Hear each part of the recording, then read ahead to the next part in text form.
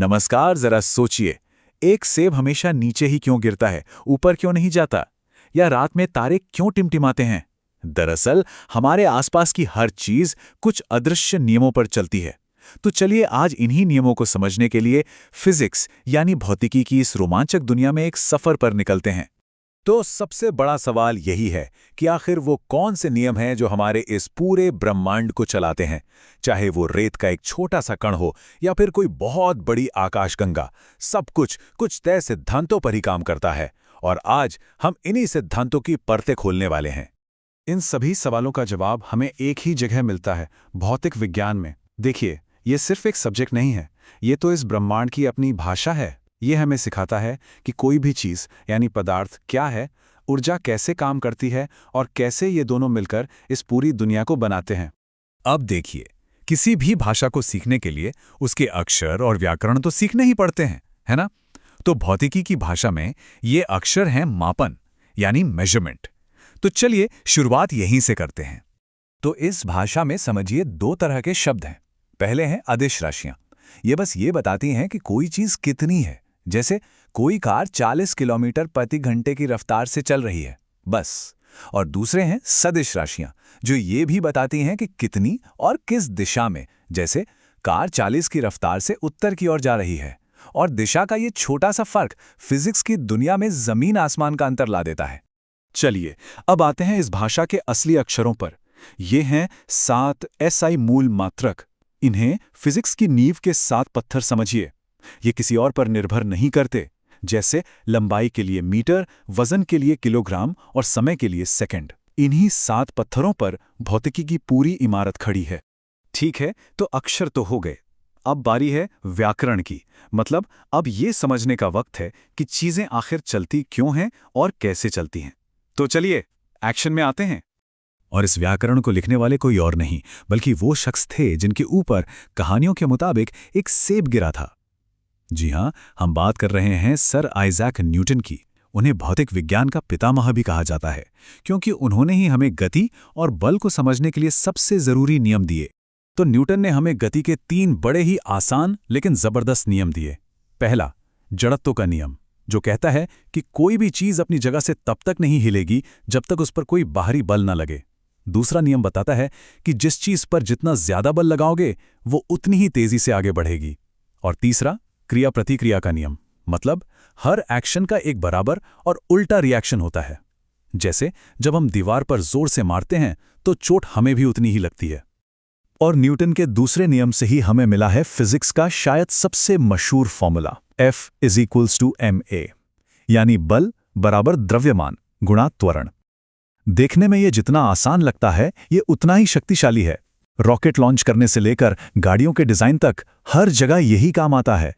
लेकिन सवाल ये उठता है कि गति और बल, इन सब को चलाने की ताकत आखिर आती कहां से है?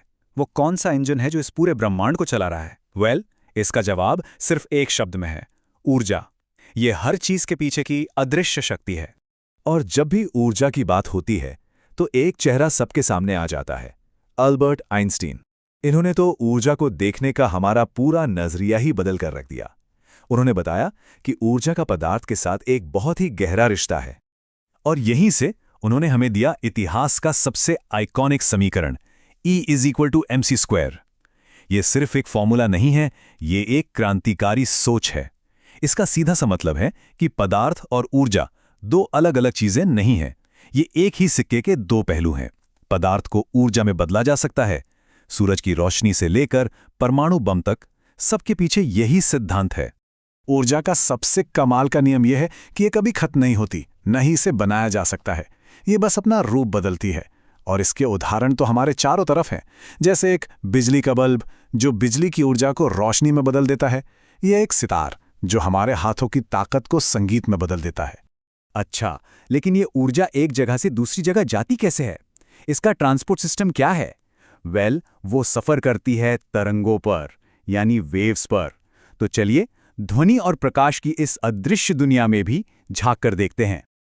अब ये तरंगें भी मोटी मोटी 2 तरह की होती हैं। पहली, अनुप्रस्थ तरंगे।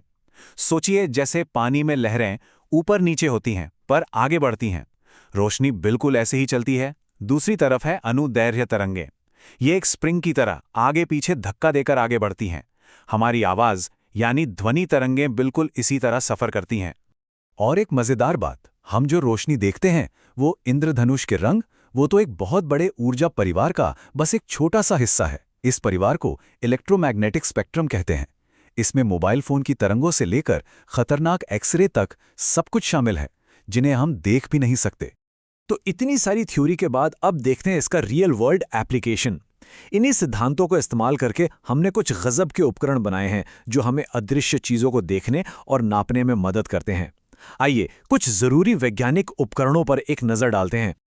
जैसे कि सिस्मोग्राफ, ये जमीन के अंदर की हलचल यानी भूकंप की तीव्रता बताता है। लैक्टोमीटर, इससे दूध की शुद्धता पता चलती है। फोटोमीटर, ये प्रकाश की चमक को मापता है। और पॉलीग्राफ, अरे वही जिसे हम लाइट डिटेक्टर भी कहते हैं। जाइरोस्कोप, ये हवाई जहाज जैसी घूमती हुई चीजों को संतुलन में रखता है। फेदोमीटर से समुद्र की गहराई मापी जाती है। डायोप्टर हमारी आंखों के चश्मे के लेंस की पावर बताता है। और टेकोमीटर विमानों और मोटरों की रफ्तार पर नजर रखता है। तो इस पूरे सफर के बाद एक सवाल, आज दिन भर में इनमें से कौन कौन से सिद्धांत हमारे आसपास काम करते दिखेंगे? जब कोई गेंद फेंकता है, या हम संगीत सुनते हैं, या बस धूप में खड़े होते हैं। याद रखिए, हम फिजिक्स को लाइव एक्शन में देख रहे हैं। ये ब्रह्मांड हमसे लगातार बात कर रहा है, बस हमें उसकी भाषा सुनने की जरूरत है।